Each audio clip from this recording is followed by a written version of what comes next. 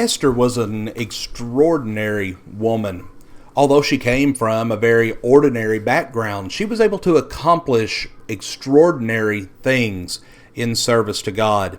In Esther, God shows how both discretion and valor saved her people. To me, the overriding character trait displayed by Esther throughout her narrative is that of discretion.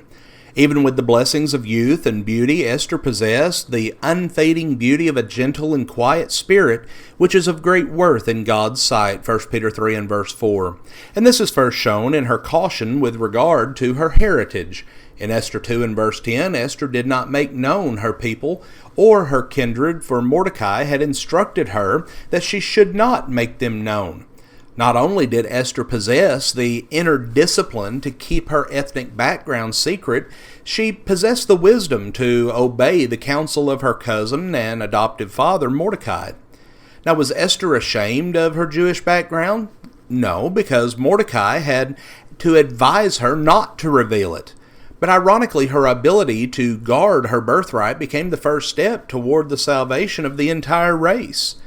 Now take this lesson from Esther and rely on the wisdom of others. Discretion also often means keeping things to ourselves, and this can sometimes be a monumental task. Now God understands the challenge of taming the tongue, for it's addressed in James 3 verses 1 through 12.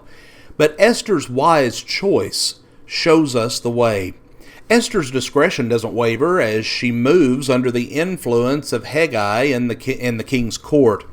And surely her modesty and decorum appealed to Hegai and resulted in superior treatment. In Esther 2 and verse 9 it says, "Now the young lady pleased him and found favor with him, so he quickly provided her with her cosmetics and food and gave her 7 choice maids from the king's palace and transferred her and her maids to the best place in the harem." She also wisely follows Hagai's instructions when appearing before King Ahasuerus. We read, "Now when the turn of Esther came to go in to the king, she did not request anything except what Hegai, the king's eunuch who was in charge of the women, advised.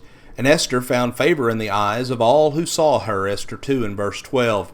Now she could have taken anything she desired from the harem into the king's palace, but she chose to heed Hagai's insightful advice so she could succeed in God's purpose for her. Esther demonstrates that wise counsel can come from a variety of sources.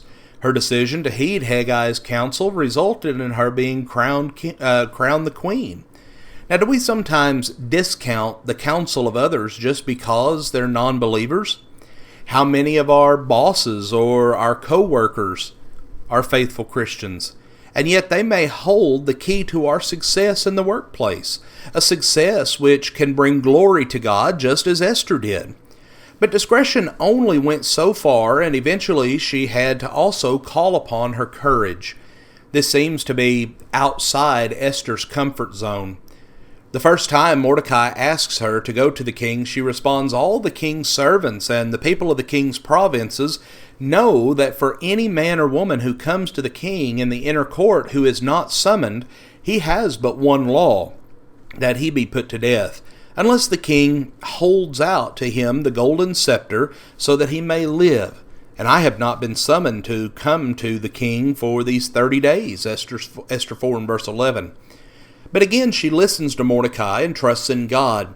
And because of the seriousness of the situation and the courage that she needed to carry out her mission, Esther asks Mordecai to go assemble all the Jews who are found in Susa and fast for me.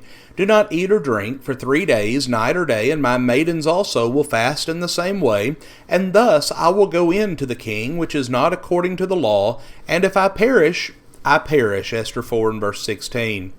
Friends, God can help us summon the courage to do even terrifying things. Now Esther is prepared to summon up her courage and appear before King Ahasuerus, and God answers her prayers and she is spared. And once she has an audience with the king, she again relies on her tact and her restraint to find the right time to reveal Haman's plot against the Jews. Haman's plot must have been at the forefront of Esther's mind all through the first banquet and the second banquet. Remember, Haman is sitting at her table. However, she waits until the appropriate time to reveal that plot, and as a result, the Jews are rescued. Now, how many times do we have important things to discuss with our spouse, our boss, our fellow Christians, and because of our emotions and the seriousness of our message, sometimes we choose the wrong time or the wrong place to share our thoughts. But friends, we need to pray that God helps us not only with proper words to say, but also with the discernment to choose the right place and time. And we can learn these great lessons from the story of this ordinary woman who accomplished extraordinary things. Friends, we thank you for joining us for our program today, and have a blessed day.